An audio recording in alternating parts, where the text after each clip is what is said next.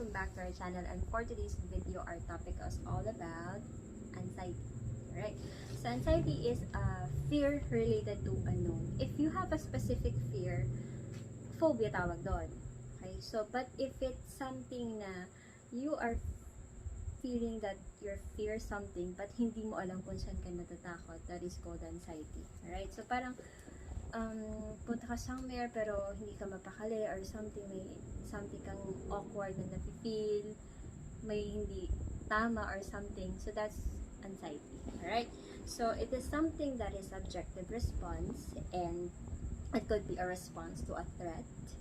Okay, takot si patient mo pero hindi niya alam kung saan, kung ano yung reason, so that is something mahirap i-resolve kung ano siya, diba? So that's anxiety, is very broad. So hindi mo alam, hindi mo malaman na may anxiety siya unless sasabihin niya,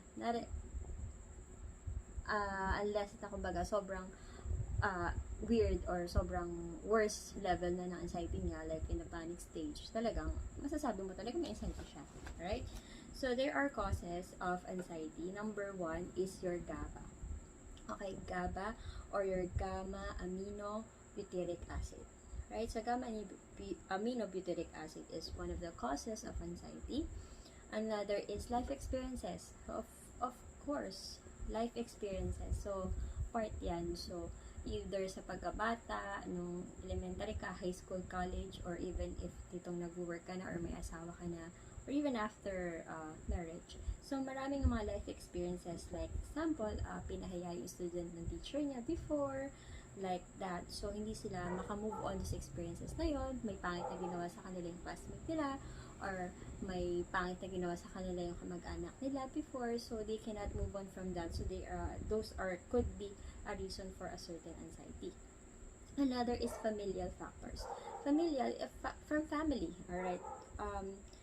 Minsan kasi, you have a certain feeling na parang sinisisi nila yung sarili nila, kung bakit ganito yung family nila, kung bakit ganito yung father nila, or bakit ganyan. Mari sinisisi nila, kaya sinasaktan ako ng father ko because I did this one, ganyan, ganito kasi, ganyan. So, that is also a reason for a person to have some anxiety.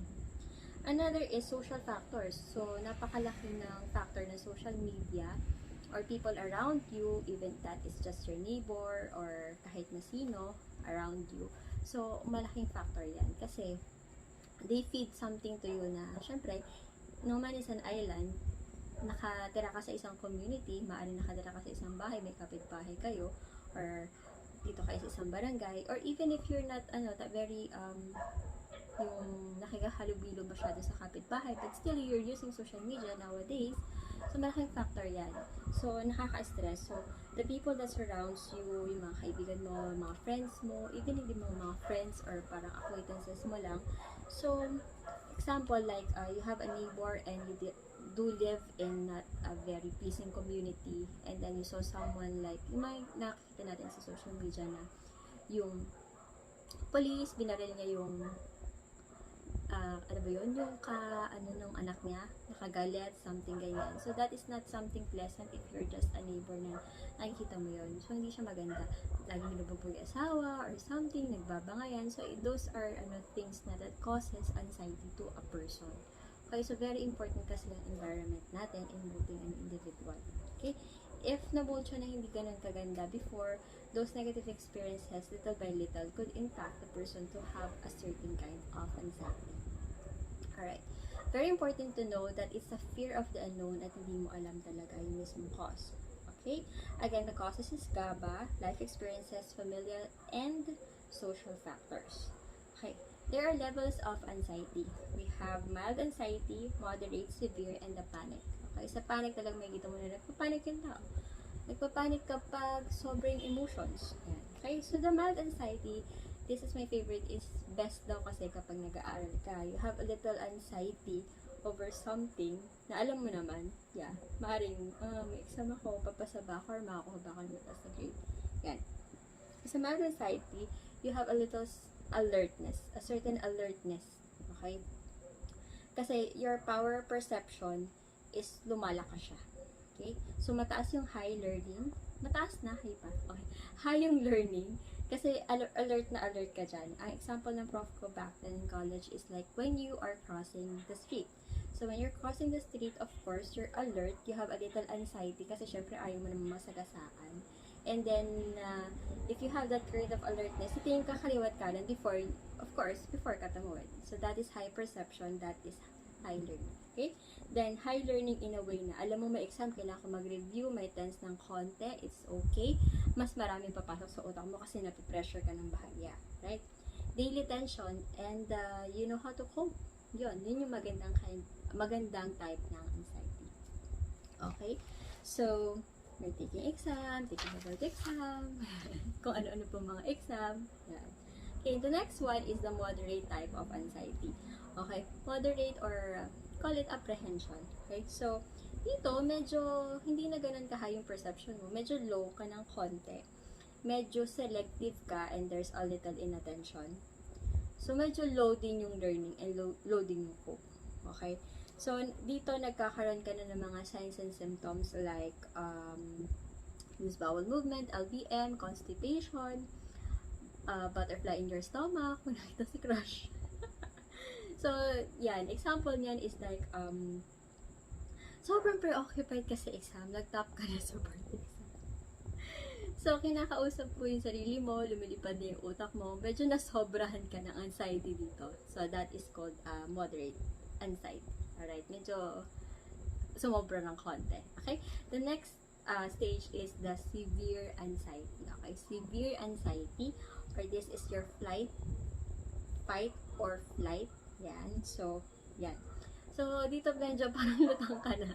Lutang na si patient. There's a feeling of impending doom. Hindi na nakaka-cope yung patients mo dito. Okay? So, sobra na silang talagang anxious. Okay? So, ito yung mga type ng anxiety na kailangan may someone else that will intervene into their situation kasi they cannot do it for themselves anymore.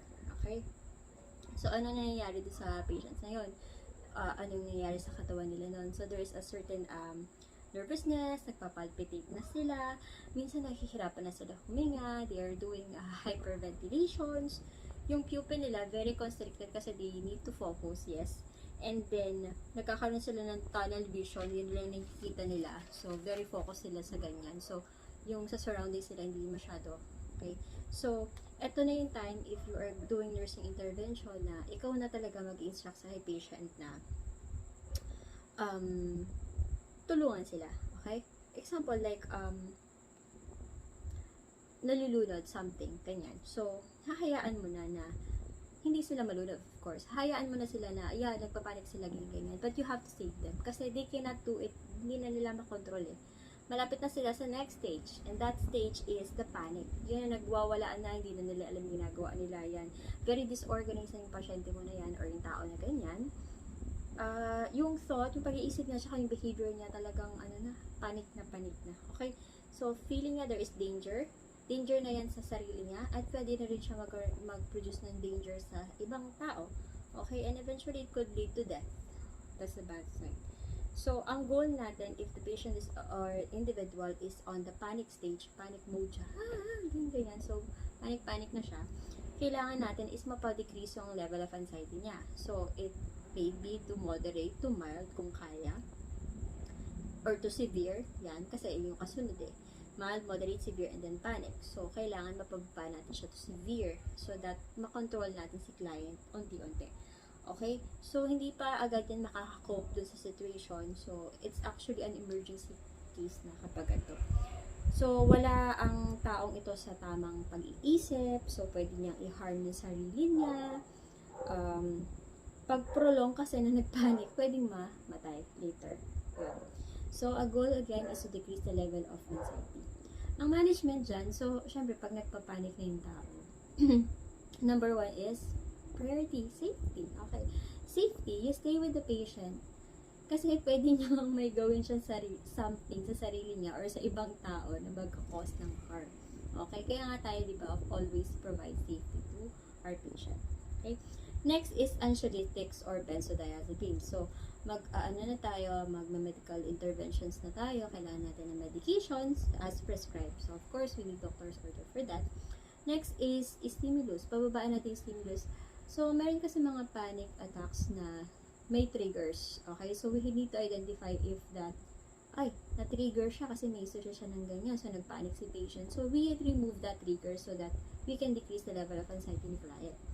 Next is, we instruct them to have do deep breathing exercise, dahan-dahan, instruct them kasi talaga nagpapanik yan. We try to, as much as possible, to let them have focus kasi para talagang disorganized, disoriented yung mga yan. And then, try to calm them down. Mahirap, pero yun ang mga kailangan natin. Alright? Okay. So, next is the anxiety management in general. Okay? In general, number 1 is to decrease the stimulus. If you know the stimulus, pababain natin yan para mawala yung anxiety, to totally eradicate anxiety, or to lower down the anxiety. Okay? We promote rest. So, dadalhin natin si patient sa room kung nagkaka-anxiety siya. We command, example, tama na yan, itigil mo na yan, ito naman ang gawin mo, ganyan. So, ibaba mo yan. You will give direct instructions to the patient. Hindi pa pwede bibigyan mo sila ng option kasi nag-anxiety na sila. Okay? Lalo yung mag-anxiety. Okay? Next is